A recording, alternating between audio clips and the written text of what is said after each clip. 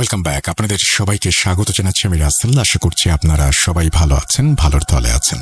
আমিও ভালো আছি আর ভালোর দলে আছি। নতুন একটা ঘটনায় যাব, আশা করছি প্রথম থেকে শেষ পর্যন্ত শুনবেন এবং ভালো লাগবে আপনাদের। আসসালামু আলাইকুম রাসেল ভাই। জিজ্ঞেস করব না কেমন আছেন, কেননা আমরা জানি যে শত ঝামেলার মধ্যেও আপনি সর্বদাই আল্লাহর রহমতে ভালো থাকেন। আজকে যে ঘটনাটা শেয়ার করব সেটা আমার নিজের সাথেই ঘটে যাওয়া একটা ঘটনা, তাই কথা না বাড়িয়ে সোজা ঘটনার দিকে যাওয়া যাক। সময়টা জানুয়ারি মাসের শেষের দিকে, তখনও হালকা শীত শীত ভাব আছে। ভোর 6টার দিকেও রাত রাত একটা ভাব। সন্ধ্যায় যেমন আলো ছায়ার মিশ্রণে হালকা অন্ধকারাচ্ছন্ন একটা ভাব থাকে, ঠিক সেরকমই। প্রাইভেট কোম্পানিতে জব করার কারণে মাঝে মাঝে আমাদের নাইট শিফটেও কাজ করতে হয়। সেদিনও আমার নাইট শিফট ছিল। রাত 3টার পর আর তেমন কোনো কাজ ছিল না, তাই বাকিটা সময় বসে বসেই পার করতে হচ্ছিল। এবং তেমন প্রেশার না থাকায় সেদিন আমি ভোর 5:30টায় অফিস থেকে বের হয়ে যাই। অফিস থেকে বের হয়ে বাসে উঠে যাই। ভোরের দিকে রাস্তা ফাঁকা হওয়াতে বনানী থেকে খিলক্ষেত যেতে আমার বেশি সময় লাগে না। 10 মিনিটের মধ্যে আমি খিলক্ষেত নেমে যাই। অতঃপর আমি ওভারব্রিজ পার হয়ে খিলক্ষেত বাজারে চলে আসি রিক্সা নেওয়ার জন্য। এই সময়টা ভালোই লাগছিল আমার কাছে। আবছা আবছা অন্ধকার, এর মধ্যে হালকা একটা শীতল বাতাস। আমি বাজারে এসে একটা রিক্সার কাছে যেয়ে রিক্সাওয়ালাকে জিজ্ঞেস করলাম, মামা, উত্তরপাড়া যাবা? আমার কথায় রিক্সাওয়ালা যেন কিছুটা বিরক্ত হলো এবং বিরক্তি নিয়ে আমার দিকে তাকিয়ে আমাকে ইশারা দিয়ে রিক্সায় উঠতে বলল। এখানে রিক্সাওয়ালার একটু বর্ণনা দেই। বয়স 40 কি 45 হবে, স্বাস্থ্য ভালো, গোলগাল চেহারা, মাথায় চুল কম এবং মুখে খোঁচা খোঁচা কাঁচা পাকা দাড়ি, পরনে একটা সোয়েটার পরা। অন্ধকারের কারণে কালারটা প্রপারলি বুঝতে পারিনি, কিন্তু ডার্ক কালার হবে। এবার আসি মূল ঘটনায়। আমি রিক্সায় উঠে বসি। বাজার থেকে আমার বাসায় যেতে 10-15 মিনিটের মতো লাগে। রিক্সা চলছে। আমার যেহেতু স্মোক করার অভ্যেস আছে, তাই আমি একটা সিগারেট ধরিয়ে নিলাম এবং সিগারেট খেতে খেতে ওয়েদারটা উপভোগ করতে করতে আমি যেতে লাগলাম। সিগারেট শেষ হতে হতে আমার বাসার সামনে চলে আসলাম। আমি রিক্সা থেকে নেমে ওয়ালেট থেকে টাকা বের করে ভাড়া দেওয়ার জন্য রিক্সাওয়ালাকে বললাম, মামা, ভাড়াটা নাও। ভাড়া নেওয়ার জন্য রিক্সাওয়ালা আমার দিকে তাকানোর পর আমি যা দেখলাম সেটার ব্যাখ্যা আজ পর্যন্ত আমার কাছে নেই। দেখি যে রিক্সাওয়ালা সেই আগের 40-45 বছরের মামা না, চেঞ্জ হয়ে গেছে।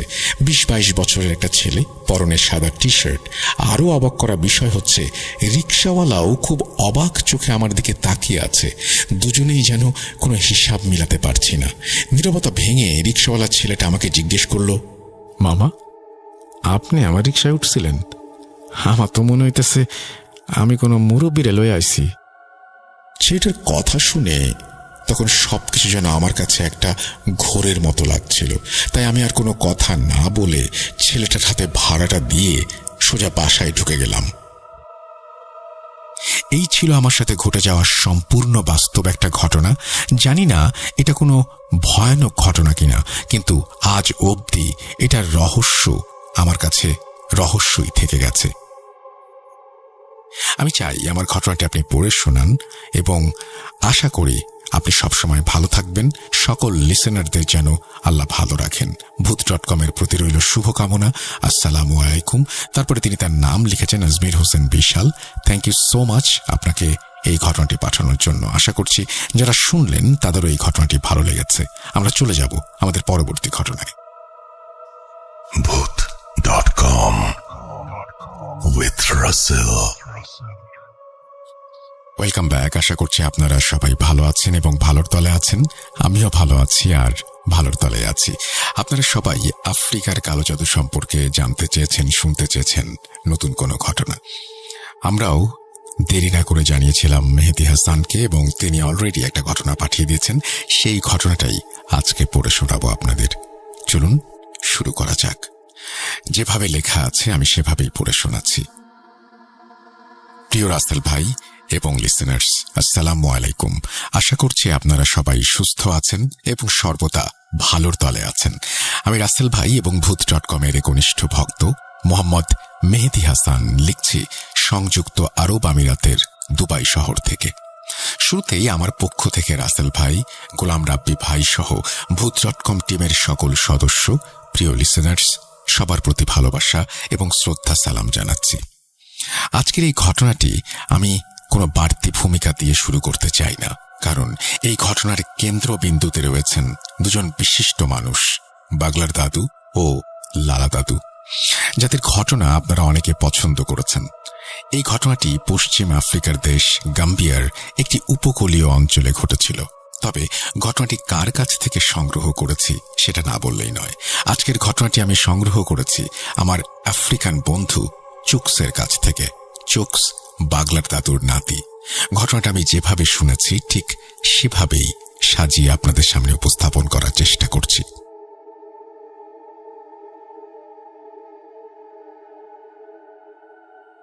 রাত তখন গভীর। আকাশে চাঁদ থাকলেও তার আলো যেন ঘরের ত্রিসীমানায় আসতে সাহস পাচ্ছে না। চারিদিকে কেবল অশুভ শক্তির চাপা শব্দ। লিসার পিতৃগৃহে আসন পেতে বাগলার দাদু আর লালা দাদু যখন লিসাকে দেখলেন, তাদের অভিজ্ঞ চোখ এক পলকে বুঝে গেল এ কোনো সাধারণ রোগ নয়। লিসার উপরে ভয়ঙ্কর কালো জাদু করা হয়েছে। লিসার শরীর শুকিয়ে কাঠ হয়ে গিয়েছিল, সেই সাথে বাসা বেঁধেছিল বহু রোগ। কাল বিলম্ব না করে দুই বন্ধু মিলে প্রস্তুত হলেন গুরুত্বপূর্ণ আচারের জন্য। লিসাকে রাখা হলো মাঝখানে, আর তার চারপাশে টানা হলো গণ্ডি। বাগলার দাদু ও লালা দাদু নিজেদের আসনে বসলেন। তাদের সামনে সাজানো হলো এই গুরুত্বপূর্ণ আচারের উপকরণ। তার ভেতরে ছিল মানুষের মাথার খুলি, মোমবাতি, অজানা গাছের ডাল, ছাই, একটি ঢোলের মতো বাদ্যযন্ত্র এবং রং। প্রথমে গণ্ডির চারপাশে মোমবাতি জ্বালিয়ে নিলেন দাদুরা।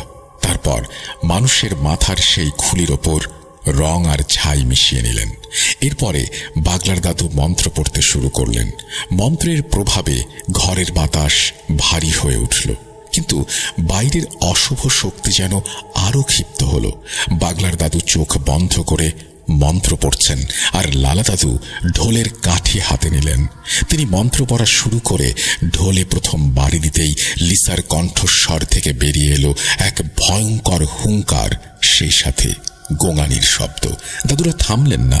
মন্ত্র আর ঢোলের শব্দ যেন লিসার শরীরের প্রতিটি স্নায়ুকে কাঁপিয়ে দিল। লিসা যন্ত্রণায় চিৎকার করে উঠল। তার শরীর ধনুকের মতো বেঁকে যাচ্ছে, যেন তার ভেতরের অশুভ শক্তিগুলো বেরিয়ে আসতে চাইছে।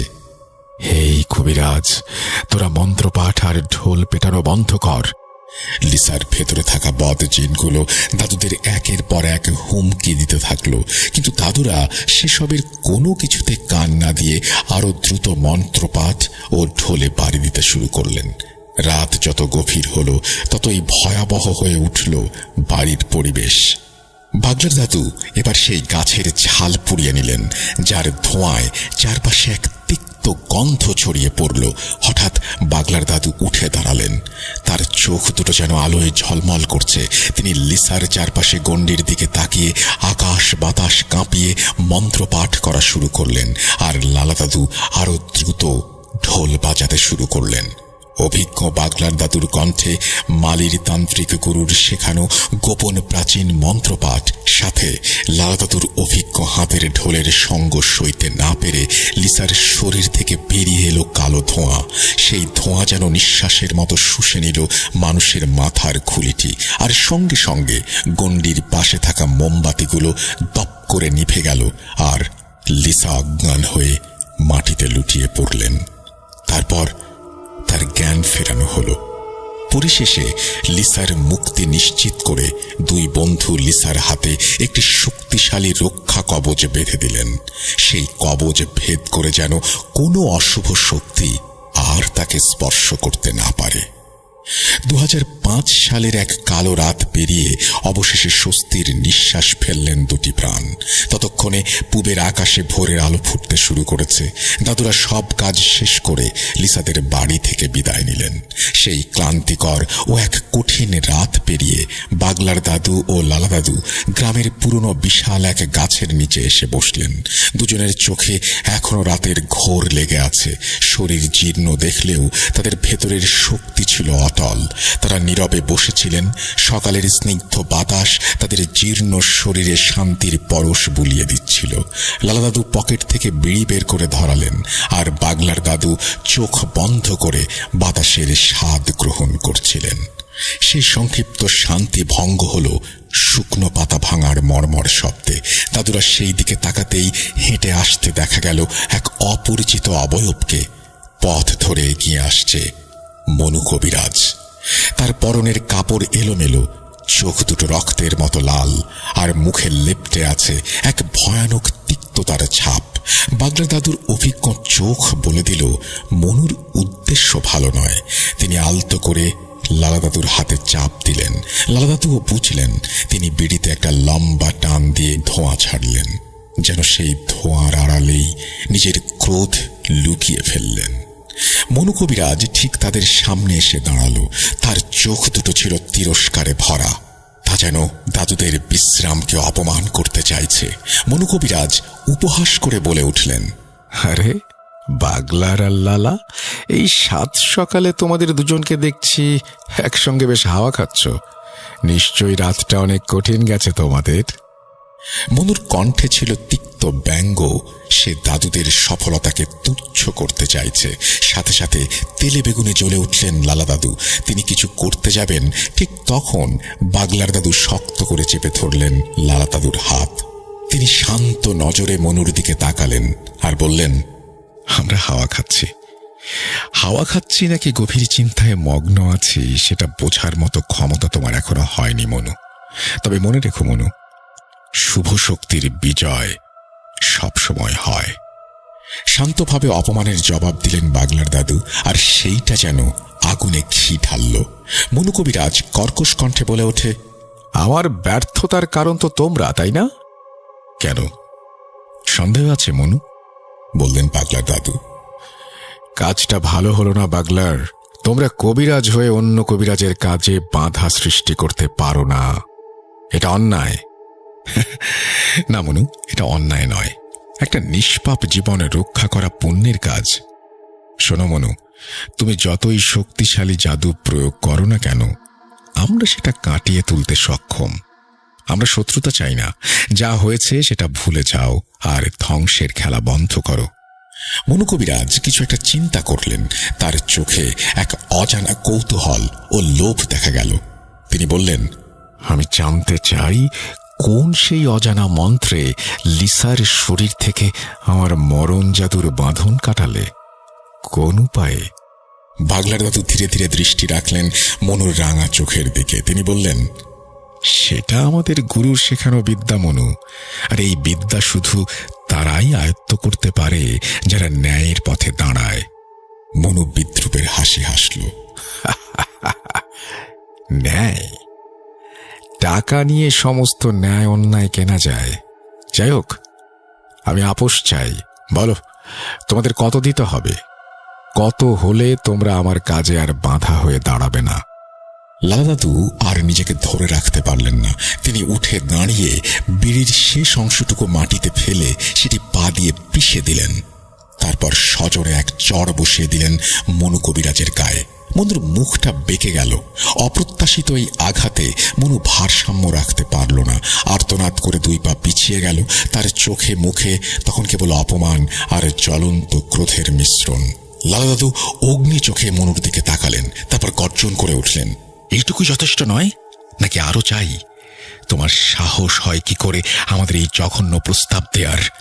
আমরা জীবনের পরোয়া করি না, আর আমরা আমাদের এই দীর্ঘ কবিরাজি জীবনে আমাদের বিবেক বিক্রি করিনি কখনো। মনু কবিরাজ লালা দাদুর দিকে তাকিয়ে কেবল বিষাক্ত সাপের মতো ফোঁস ফোঁস করছে। ক্রোধে তার শরীর কাঁপছিল। তার রক্ত লাল চোখগুলো যেন প্রতিশোধের আগুনে ভরা। এতক্ষণে বাগলার দাদু শান্তভাবে পরিস্থিতি পর্যবেক্ষণ করছিলেন, কিন্তু এবার আর লালা দাদুকে থামালেন না। তিনিও লালা দাদুর পাশে দাঁড়ালেন। মনু কবিরাজ দাঁত কড়মড় করে চাপা কণ্ঠে শাসিয়ে উঠল, বাগলার, লালা, এই অপমানের দাম তোমাদের দিতে হবে। আমি তোমাদের দেখে নেব। তোমাদের সব অহংকার আর ন্যায়ের বড়াই সব চূর্ণ করব আমিও মনু কবিরাজ, জাদুবিদ্যায় কোনো অংশে কম না।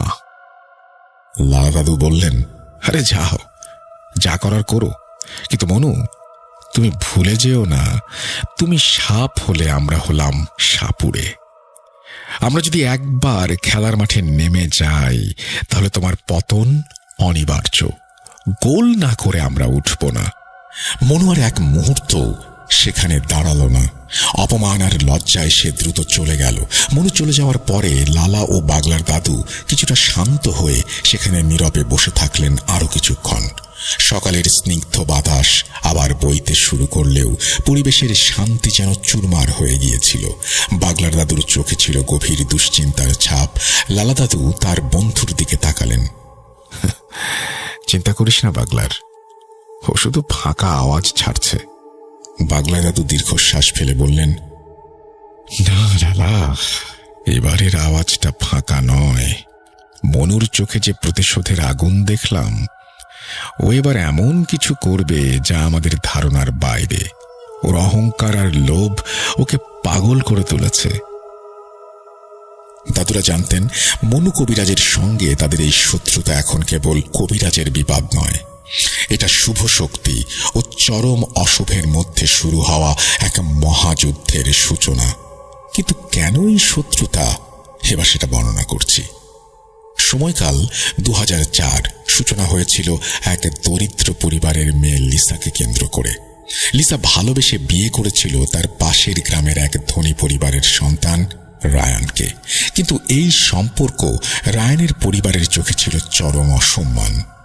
রায়ানের চাপ ও জেদের কাছে হার মেনে ওপরে ওপরে রায়ানের পরিবার লিসাকে তাদের বাড়ির বধূ হিসেবে মেনে নিলেও এক দরিদ্র ঘরের মেয়ে উচ্চবিত্ত পরিবারের ছেলের সংসার করবে, এই অন্ধ অহংকার আর সামাজিক ভেদাভেদের কারণে তারা মেয়েটিকে পৃথিবী থেকে সরিয়ে দেওয়ার সিদ্ধান্ত নেয়। তারা বেছে নেয় শয়তানি পথ, কালো জাদুর আশ্রয়। তাদের গ্রামের কুখ্যাত কালো জাদুকর মণি কবিরাজকে বিশাল অঙ্কের টাকার বিনিময়ে তারা চুক্তিবদ্ধ করে। তাদের উদ্দেশ্য ছিল লিসাকে ধীরে ধীরে মৃত্যুর দিকে ঠেলে দেয়া। মোটা অঙ্কের টাকা পেয়ে মনু কবিরাজ শুরু করে দেয় তার ভয়ানক জাদুবিদ্যার খেলা। কালো জাদুর প্রভাবে প্রথমে লিসার দেহে বাসা বাঁধতে শুরু করে একের পর এক অজানা রোগ। তার শরীর ভেঙে পড়তে থাকে আর তার মানসিক অবস্থাও ক্রমে দুর্বল হয়ে পড়ে। লিসা অনুভব করতে শুরু করে তার চারপাশে সারাক্ষণ অদৃশ্য কিছুর উপস্থিতি। রাতের বেলায় কালো ছায়ারা তাকে ঘিরে ঘুরে বেড়ায়। আনাচে কানাচে অসংখ্য লাল চোখ যেন তার দিকেই তাকিয়ে থাকে। সেই সাথে আর অপ্রত্যাশিত অনেক কিছু ঘটতে থাকে। অনিদ্রা, খাবারে অরুচি, পেটে মাথায় যন্ত্রণা সহ শান্তি, স্বাভাবিক জীবন সব কিছু ধীরে ধীরে গ্রাস করে নেয় এক অদৃশ্য অশুভ শক্তি। এদিকে স্বামী রায়ান তার স্ত্রীর এমন অবস্থা দেখে ভেঙে পড়ে। লিসা সুস্থ স্বাভাবিক মেয়ে ছিল, হঠাৎ করে এমন হওয়ায় সে দিশেহারা হয়ে যায়। প্রাণপণে সে ছুটে বেড়ায় ডাক্তার, নামকরা কবিরাজ ও তান্ত্রিকদের দ্বারে দ্বারে। লাভ হয়নি কোনো, ধরা পড়েনি কোনো রোগ। সবাই কেবল অজানা রোগের কথা বলতো, যেটা ডাক্তারি পরীক্ষায় ধরা পড়ে না। রায়ান বুঝতে পারে ঘটনা আসলে কি ঘটেছে। যাই হোক, অনেক চেষ্টার পরে অবশেষে এক অভিজ্ঞ কবিরাজ রায়ানকে বলেন, এই মেয়েটির ওপর ভয়ানক এক মরণ জাদু প্রয়োগ করা হয়েছে। এটি সাধারণ জাদু নয়, এটি প্রাণঘাতী মরণ জাদু। তবে চেষ্টা করলে এটার প্রতিকার সম্ভব। রায়ান কাতর হয়ে বলেন, যেভাবেই হোক আমার স্ত্রীকে বাঁচান, তাতে আপনি যা চান আমি সব দেব। তারপর সেই কবিরাজের দীর্ঘ সাধনা ও প্রচেষ্টায় একসময় লিসা কিছুটা মুক্তি পায় জাদুর প্রভাব থেকে। কিন্তু লিসার শ্বশুরবাড়ির অহংকার ও কুদৃষ্টি তখনও তাকে ছাড়েনি। কিছুদিনের মধ্যেই আরেকবার নতুন করে কালো জাদু করা হয়। এইবার আরো ভয়ঙ্কর, আরো অমানবিক। এবার রায়ান নিজের পরিবারের ওপরে প্রশ্ন ছুড়ে দেয়, কি অপরাধ করেছে লিসা? ভালোবেসে বিয়ে করাটাই কি তার দোষ? কেন তোমরা বারবার তার সর্বনাশ করছো? কিন্তু রায়ানের পরিবার তাদের অহংকারে অন্ধ হয়ে মুখ ফিরিয়ে নেয়, অস্বীকার করে সবকিছু। এই অন্যায়ের বিরুদ্ধে রায়ান লড়াই শুরু করে। একদিকে তার নিজের পরিবার, অন্যদিকে তার প্রিয় স্ত্রী। কি করবে ভেবে দিশেহারা হয়ে যায় ছেলেটা। অবশেষে স্ত্রীর জীবন বাঁচাতে সে বাড়ি ছেড়ে চলে আসে। লিসাকে নিয়ে এসে ওঠে তার শ্বশুর বাড়িতে, আর এই গ্রামেই থাকেন বাগলার দাদু। লিসার পরিবার থেকে খবর দেয়া হয় এলাকার অভিজ্ঞ কবিরাজ বাগলার দাদুকে। খবর পেয়ে ছুটে আসেন বাগলার দাদু, কিন্তু এ কি দেখছেন তিনি? লিসা তখন যেন এক জীবন্ত কঙ্কাল, কেবল মায়া ও ভয় মেশানো এক অভয়ব। বাগলা দাদু তার অভিজ্ঞ চোখ বুলিয়ে চারপাশের অশুভ শক্তির ছায়া অনুভব করেন। কাল বিলম্ব না করে তিনি তার দুঃখের সাথী ও বাল্যবন্ধু প্রিয় লালা দাদুকে খবর দেন। তারপর দিনের ভেতর সবকিছুর ব্যবস্থা করে সেই রাতেই লিসার জাদু কাটানোর উপায় শুরু করে দেন। তারপরের ঘটনা আপনারা প্রথমেই শুনেছেন। এই ঘটনার প্রায় 6 মাস পরের এক সন্ধ্যার ঘটনা। সেদিন বাগলার দাদুর বারান্দায় দুজন বন্ধু মুখোমুখি বসলেন।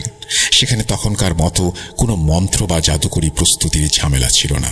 শুধু বাগলার দাদুর ঐতিহ্যের প্রতীক খোদাই করা বিশাল আফ্রিকার পুরনো কাঠের ছক্কাটি বের করা হলো, যা প্রজন্ম ধরে এই আফ্রিকান প্রবীণ কবিরাজরা গভীর আলোচনা ও মনস্থির করার প্রতীক হিসেবে ব্যবহার করে আসছেন।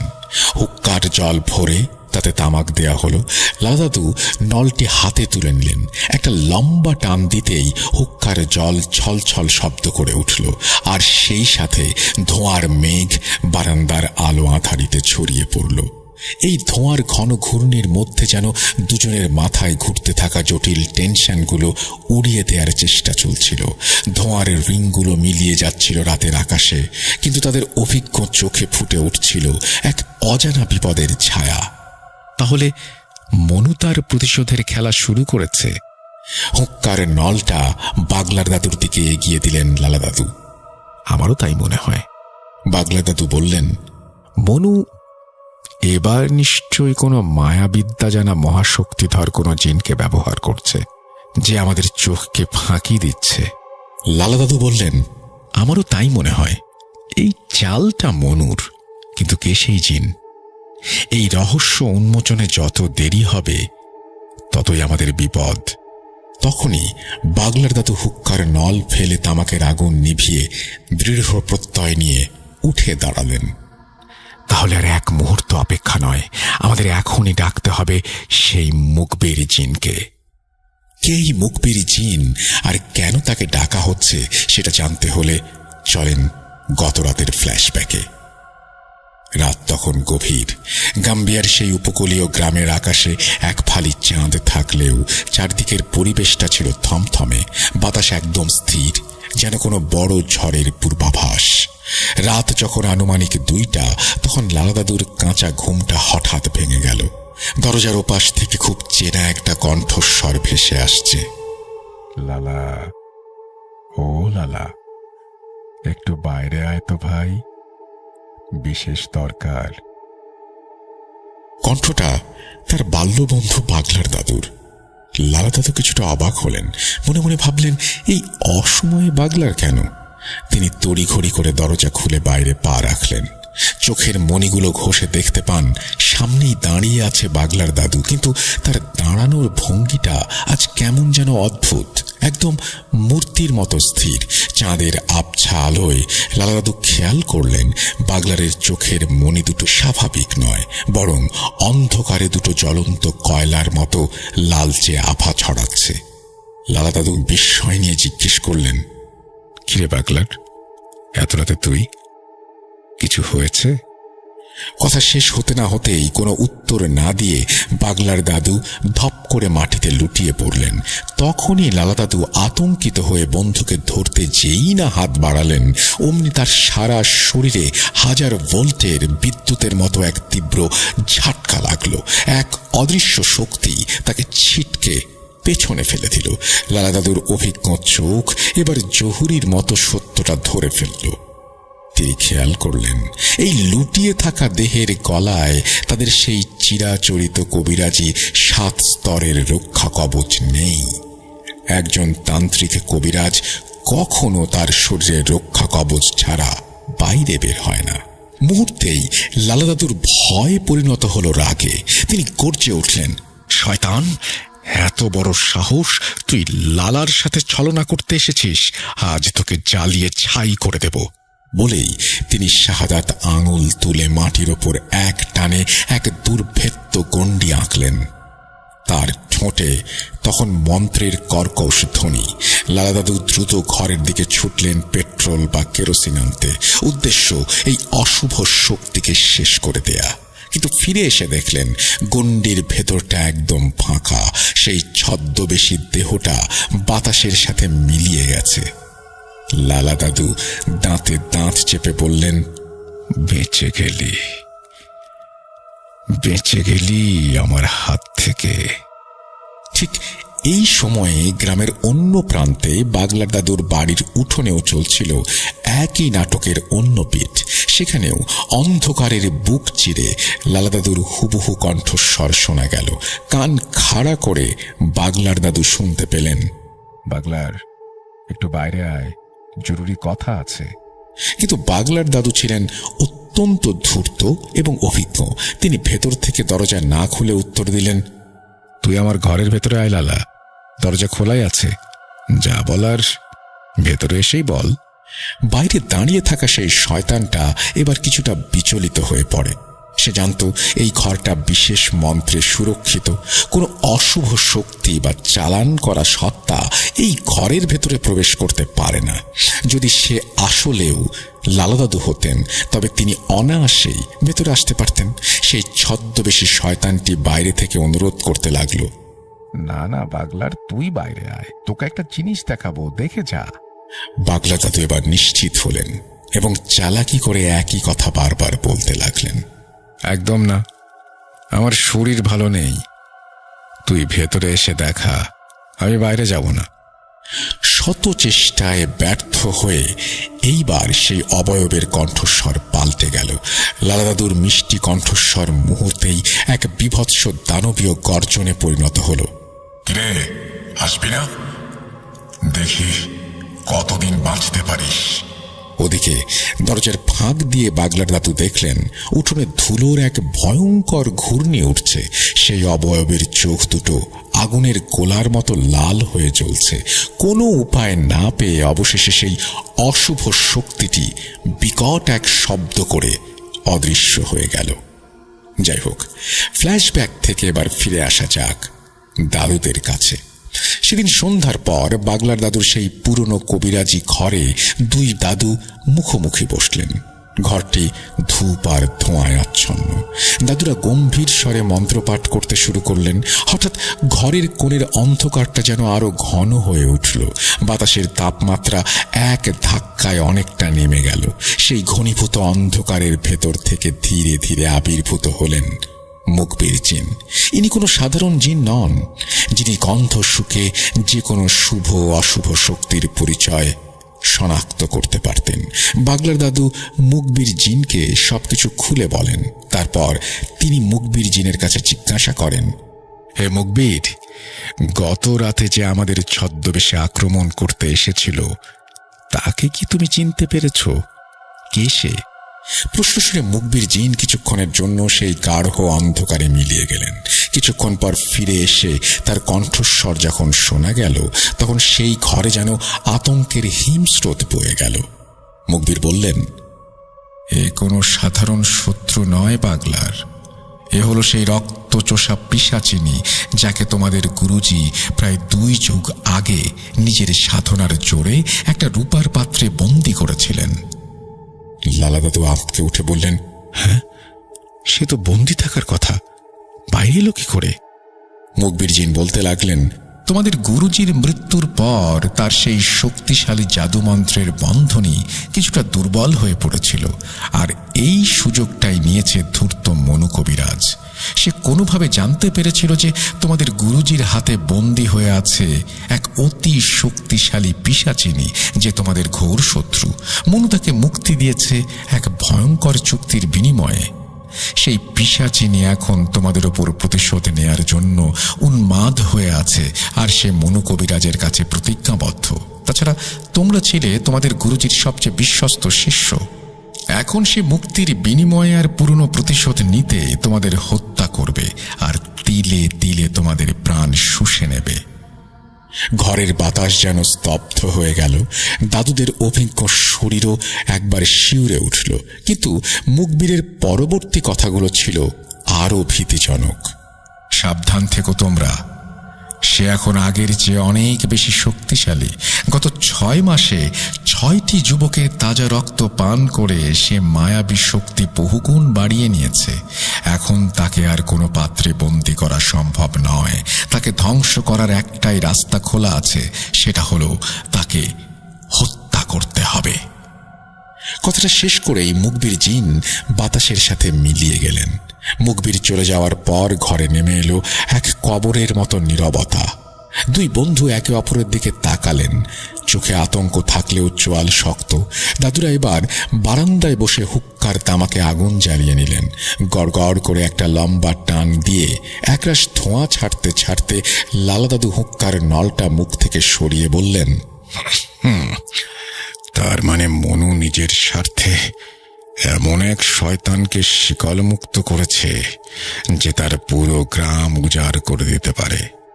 বাগল দাদু নলটা তুলে নিয়ে একটা দীর্ঘ শ্বাস নিয়ে বললেন, সে আসবে লালা,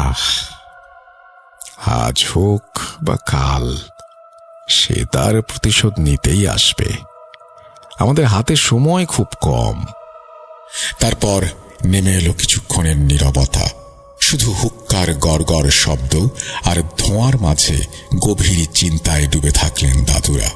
যাই হোক, অবশেষে সেই রাতের নিস্তব্ধতা ভেঙে দুই প্রবীণ কবিরাজ এক মরণজয়ী পরিকল্পনা করে ফেললেন এই ভয়ঙ্কর পিশাচিনীকে শায়েস্তা করতে।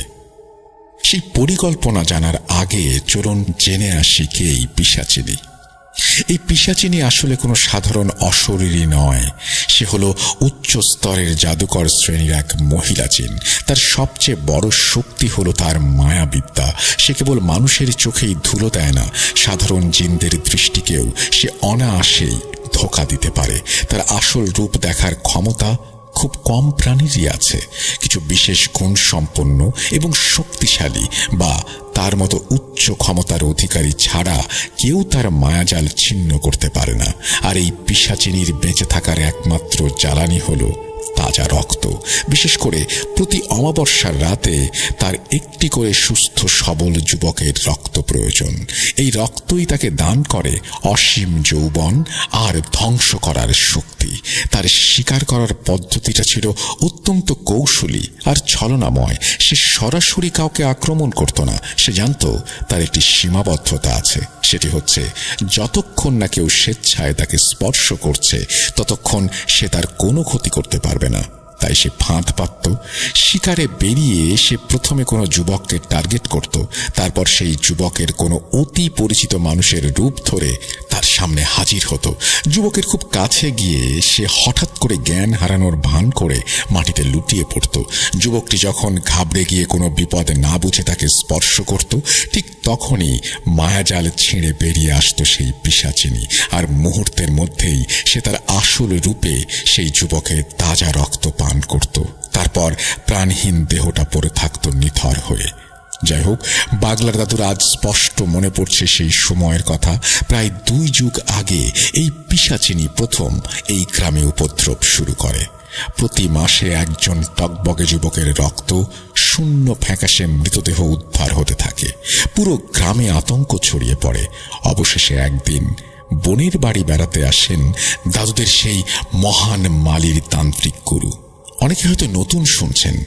যারা মালির তান্ত্রিক গুরুকে চেনেন না তাদের জন্য সংক্ষিপ্ত বর্ণনা।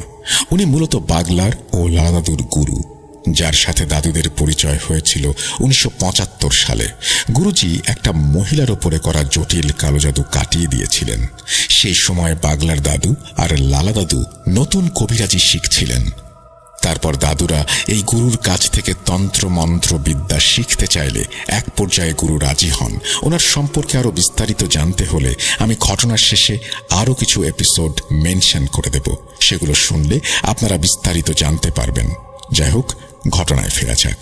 বাগলার দাদু আর লালা দাদু ও এলাকাবাসী তখন এই সমস্যার কথাটা ওনাকে খুলে বললেন। তখন গুরুজি আসনে বসে ওই পিশাচিনীর সম্পর্কে জানতে পারেন। তারপর গুরুজি তার দুই শিষ্য বাগলার দাদু ও লালা দাদুকে সাথে নিয়ে ওই পিশাচিনীকে বন্দী করার রিচুয়াল শুরু করে দেন। বাগলার ও লালা দাদু দেখেছিলেন গুরুজির সেই মহাযজ্ঞ। গুরুজি তার তান্ত্রিক শক্তির মাধ্যমে পিশাচিনীকে কোণঠাসা করেন এবং শেষ পর্যন্ত একটি বিশেষ নকশা করা রূপার পাত্রে তাকে বন্দী করতে সক্ষম হন। সেটাকে অনেকে গভীর করে মাটির নিচে চাপা দেন।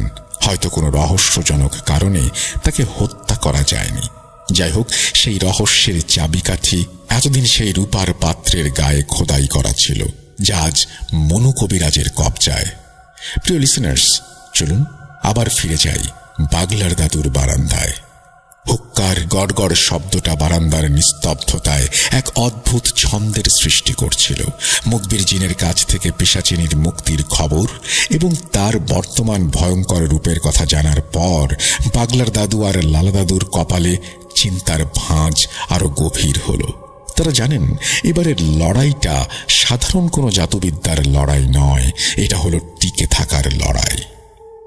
লালা দাদু হুক্কার নলটা সরিয়ে নিয়ে আগুনের দিকে তাকিয়ে বলেন, বাগলার, সেই 20 বছর আগের কথা মনে পড়ছে। গুরুজি যখন তাকে বন্দী করেছিলেন তখন তার যে গর্জন শুনেছিলাম তা আজও কানে বাজে। আর এখন সে 6টি যুবকের রক্ত পেয়ে আরো শক্তি সঞ্চয় করেছে। আমাদের সাধারণ জিনেরা তো ওর ওই মায়া জাল ছিঁড়তেই পারছে না। বাগলা দাদু দীর্ঘক্ষণ চুপ করে থাকলেন। তারপর চিন্তায় ডুবে থাকলেন কিছুক্ষণ। অবশেষে নীরবতা ভেঙে দাদু বললেন, লালা, বন্দি করার সময় শেষ। মুখবির ঠিকই বলেছে, ওকে আর কোনো পাত্রে আটকে রাখা যাবে না। ওকে এবার চিরতরে শেষ করে দিতে হবে। আর তার জন্য আমাদের হাতে একটাই অস্ত্র আছে, সেটা হলো ওই অগ্নিবাণ। অগ্নিবাণের নাম শুনে লালা দাদু চমকে উঠলেন। তার হাত থেকে হুক্কার নলটা প্রায় খসে পড়ার উপক্রম হলো। তিনি ফিসফিস করে বললেন, অগ্নিবাণ? বাগলার, তুই জানিস এর ঝুঁকি কতটা? গুরুজি বলেছিলেন এই বিদ্যা প্রয়োগ করা মানে নিজের জীবনকে বাজি রাখা। একবার যদি অগ্নিবাণ নিয়ন্ত্রণের বাইরে চলে যায় তবে পিশাচিনীর আগে সেই আমাদের মেরে ফেলবে। বাগলার দাদু লালা দাদুর কাঁধে হাত রাখলেন।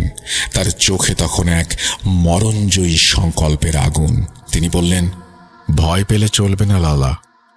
মনু কবিরাজ যাকে শিকল মুক্ত করেছে সে শুধু আমাদের শত্রু নয়, সে পুরো গাম্বিয়ার এই উপকূলীয় অঞ্চলের অভিশাপ। যদি আমরা পিছু হটি তবে অনেক মায়ের কোল খালি হবে।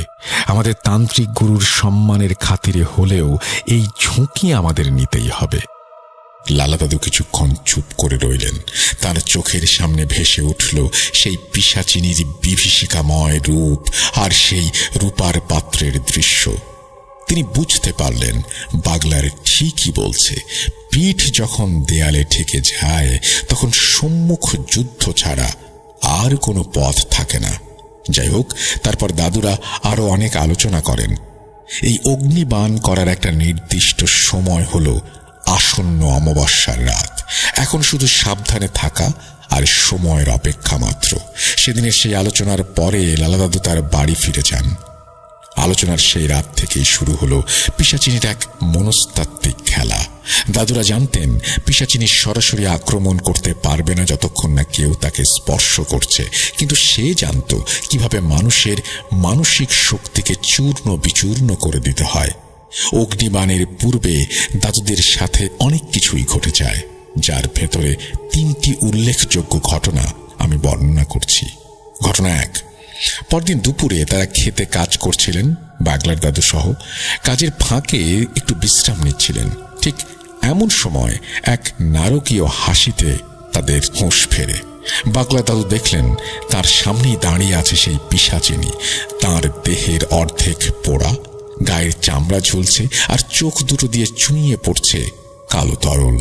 সে দাদুর দিকে তাকিয়ে এক বিভৎস হাসি দিয়ে বলল,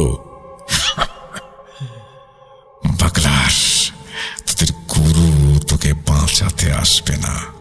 তোরা আমাকে 20 বছর অন্ধকারে বন্দি করে রেখেছিলি। অপেক্ষা কর, তোদের রক্ত দিয়ে আমি আমার 20 বছরের তৃষ্ণা মেটাবো। তারপর অট্ট হাসিতে ফেটে পড়ে আবার। দাদু মন্ত্র পড়া শুরু করলেন। এক পর্যায়ে মন্ত্রের সামনে টিকতে না পেরে সে অদৃশ্য হয়ে যায়। ঘটনা 2, সেদিন রাতের খাবার শেষ করে বাগলার দাদু যখন বিছানায় গেলেন, চারপাশটা ছিল অস্বাভাবিক নিস্তব্ধ।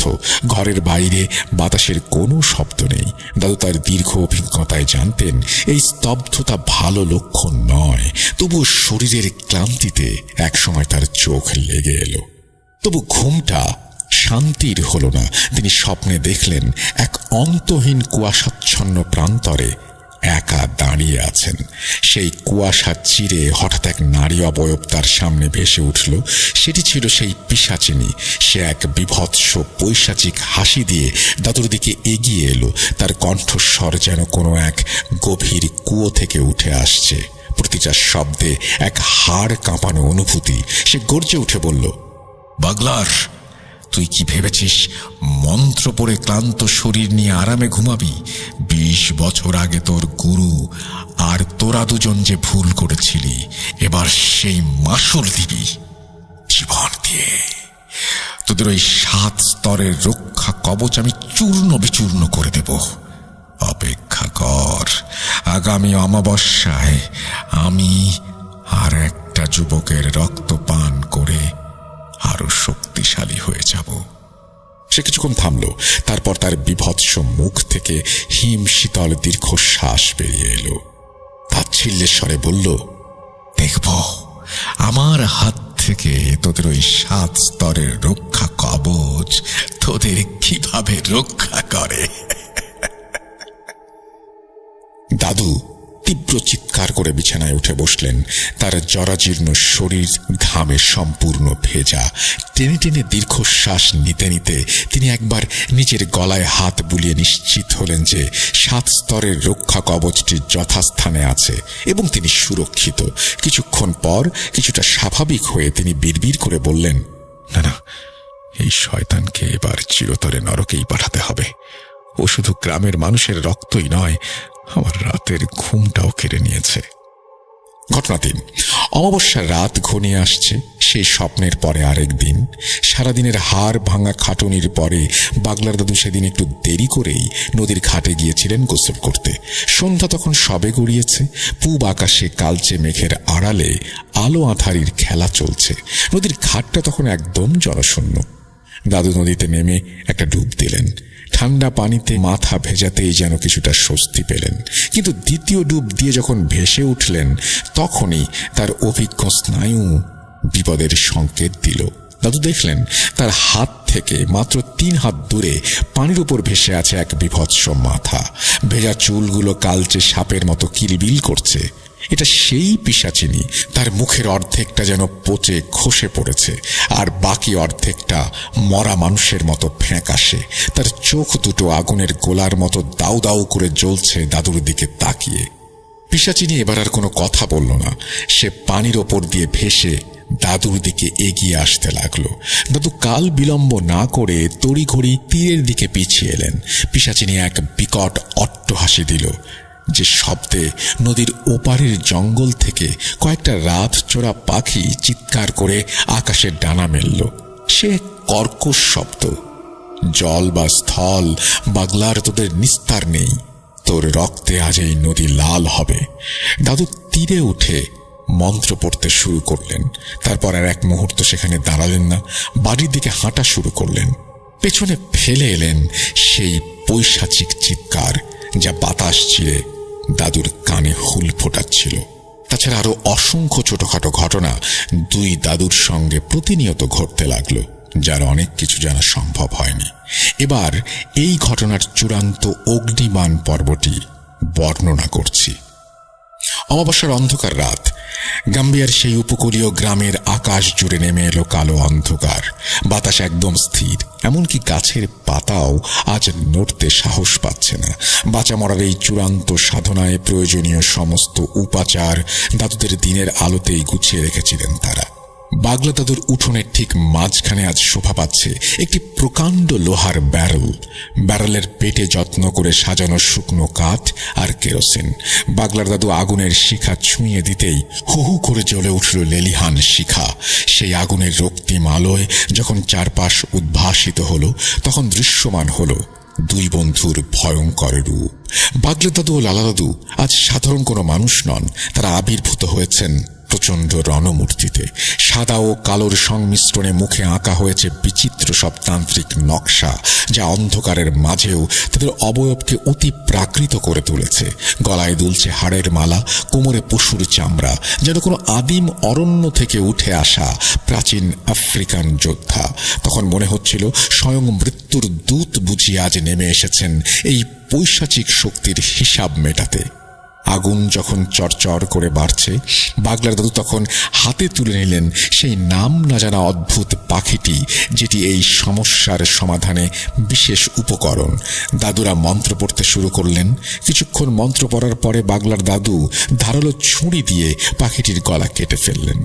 টকবগে গরম রক্ত যখন ব্যারেলের জ্বলন্ত আগুনে গিয়ে পড়ল, সাথে সাথে আগুনের রং বদলে গিয়ে রক্তের মতো টকটকে হয়ে গেল। হঠাৎ সেই আগুনের শিখা যেন আকাশ ছুঁতে চাইল, আর সেই আগুনের কুণ্ডলীর ভেতর ধীরে ধীরে বেরিয়ে এলো এক বিশাল আগুনের মূর্তি। তিনিই সেই অগ্নিজিন। তার চোখ দিয়ে আগুনের লাভা বের হচ্ছে। কেন আমাকে ডেকেছিস তোরা? তোদের কত বড় সাহস সামান্য আগুনের শিখায় আমাকে বন্দি করতে চাস? অভিজ্ঞ লালা দাদু ও বাগলার দাদু স্থির হয়ে দাঁড়িয়ে রইলেন। বাগলা দাদুর দৃষ্টি আগুনের জ্বলন্ত চোখের দিকে স্থির। তিনি বললেন, হে আগুনের জিন, আমাদের সাহায্য দরকার। এক শয়তান পিশাচিনী গ্রামের শান্তি কেড়ে নিয়েছে। তাকে ধ্বংস করতে তোমার অগ্নিবাণ ছাড়া আর কোনো পথ নেই। আমাদের সাহায্য করো। তারপর সেই পিশাচিনী সম্পর্কে সবকিছু খুলে বললেন। অগ্নিজিন সব শুনলেন, কিন্তু সাহায্য করতে নারাজ। অগ্নিজিন রাগে ফেটে পড়ল। সাহায্য? আমি তোদের হুকুম পালন করার জন্য আসেনি। তোদের এই সাহস দেখে ইচ্ছে করছে এখনই তোদের পুড়িয়ে মারি। ঠিক তখনই বাগলার দাদু এক বুদ্ধির চাল চাললেন। তিনি বললেন, হয় আমাদের সাহায্য করো, ওই পিশাচিনীকে শেষ করো, না হলে আমার এই নিষ্পাপ পাখির প্রাণ ফিরিয়ে দাও। আমরা কবিরাজ, আমরা বৃথা উৎসর্গ করি না। হয় তুমি কাজ করো, নয় প্রাণ দাও। অগ্নিজিন এক মুহূর্ত থমকে গেল। কিছুক্ষণ চুপ থেকে এসে গম্ভীর হয়ে বলল, ঠিক আছে বাগলার, তোদের জেদ আর সাহসের কাছে আমি পরাজিত। আমি তোদের কাজ করে দিচ্ছি, কিন্তু মনে রাখিস এটাই শেষ। এরপর যদি ভুলেও আমাকে ডাকার সাহস করিস, তবে তোদের হাড় গোড়ো খুঁজে পাওয়া যাবে না। আমি তোদের জীবন্ত পুড়িয়ে মারব। কথাটা শেষ হতেই অগ্নিজিন অদৃশ্য হয়ে যায়। কিন্তু ব্যারেলের আগুন তখনও জ্বলছে। তার কিছুক্ষণ পর হঠাৎ আকাশ থেকে এক মরণ চিৎকার ভেসে আসে। দাদুরা দেখলেন অদৃশ্য এক হাত যেন ওই পিশাচিনীকে চুলের মুঠি ধরে শূন্যে টেনে নিয়ে আসছে। পিশাচিনী বাঁচার জন্য অনেক ছটফট করলো, কিন্তু সেই শক্তির হাত থেকে রেহাই পেল না। পর মুহূর্তেই অদৃশ্য সেই হাতটি পিশাচিনীকে ছুঁড়ে মারল ব্যারেলের ওই জ্বলন্ত আগুনের ভেতর। পিশাচিনী আগুনের মধ্যে পড়ে প্রচণ্ড যন্ত্রণায় চিৎকার করে উঠল, কিন্তু আগুনের শিখা জ্যান্ত সাপের মতো পিশাচিনীকে আষ্টে পৃষ্ঠে জড়িয়ে ধরল। দাদুরা নিজের চোখে দেখলেন সেই মায়াবী পিশাচিনীর শরীরটা পুরে কয়লা হয়ে যাচ্ছে। একসময় তার চিৎকার বন্ধ হয়ে গেল। চারপাশে নেমে এলো গভীর নিস্তব্ধতা। ঠিক তখনই অলৌকিক এক কাণ্ড ঘটল। কোনো জল বা বাতাস ছাড়াই ব্যারেলের সেই বিশাল আগুন এক নিমেষেই দপ করে নিভে গেল। উঠোনে তখন শুধু জমাট বাঁধা অন্ধকার আর পোড়া ছাইয়ের গন্ধ। বাগলার দাদু একটা লম্বা শ্বাস ফেলে লালা দাদুর দিকে তাকালেন। লালা দাদু কাঁপা কাঁপা হাতে একটা বিড়ি ধরিয়ে একটা টান দিলেন। তারপর বললেন, বাগলার, আজ জানটা হাতে নিয়ে ফিরে এলাম। অমাবস্যার সেই ভয়ঙ্কর রাত কাটিয়ে যখন সকালের আলো ফুটল, সেই আলোয় দাদুরা এক কালো অভিশাপ থেকে মুক্তি লাভ করলেন। এটাই ছিল ঘটনা। তবে এই ঘটনার শেষে আপনাদের একটি কথা জানানো বাকি রইল। তা হলো মনু কবিরাজের ওপর এই অভিশাপের খেলাটি পুরোপুরি শেষ হয়েছিল দাদুদের চরম প্রতিশোধের মাধ্যমে। সেই প্রতিশোধের প্রক্রিয়াটি ছিল অত্যন্ত ভারী, যা মনু কবিরাজের মৃত্যু দিয়েই ঘটেছিল। তবে এই প্রতিশোধের প্রক্রিয়া দাদুরা যেভাবে সম্পন্ন করেছিলেন সেটা হচ্ছে সর্পবান জাদু। উল্লেখ্য, সর্পবান প্রক্রিয়াটি সম্পর্কে আমি ইতোমধ্যে সর্পবান এপিসোডে বর্ণনা করেছিলাম, তাই এখানে আর নতুন করে লিখলাম না। অনাকাঙ্ক্ষিত বানান ভুল ও ত্রুটির জন্য ক্ষমা চেয়ে নিচ্ছি। আবারও ইনশাল্লাহ নতুন কোনো ঘটনা নিয়ে হাজির হব। ভূত.com দীর্ঘজীবী হোক। আপনাদের সকলের সুস্থতা কামনা করি। ভালো থাকবেন। আল্লাহ হাফেজ। এই বলেই মেহেদী তার ঘটনা শেষ করেছেন। আশা করছি এই ঘটনাটি আপনাদের ভালো লেগেছে। যদি ভালো লাগে অবশ্যই আমাদের জানাবেন, যদি ভালো না লাগে তাও আমাদের জানাবেন। যদি খুব বেশি ভালো লাগে তাহলে শেয়ার করবেন প্রিয়জনদের সাথে। আমাদের চ্যানেলের লিঙ্কটি শেয়ার করতে পারেন, এই স্টোরির লিঙ্কটিও শেয়ার করতে পারেন। আর যারা এখনো পর্যন্ত সাবস্ক্রাইব করেননি, অনুগ্রহ করে সাবস্ক্রাইব করে ফেলুন, বেল আইকনটি ক্লিক করুন। আমার বিশ্বাস আপনারা আর একটি নোটিফিকেশনও মিস করবেন না এবং সবকিছু জানতে পারবেন, শুনতে পারবেন সময় মতো। চলুন আমরা চলে যাই আমাদের পরবর্তী ঘটনায়।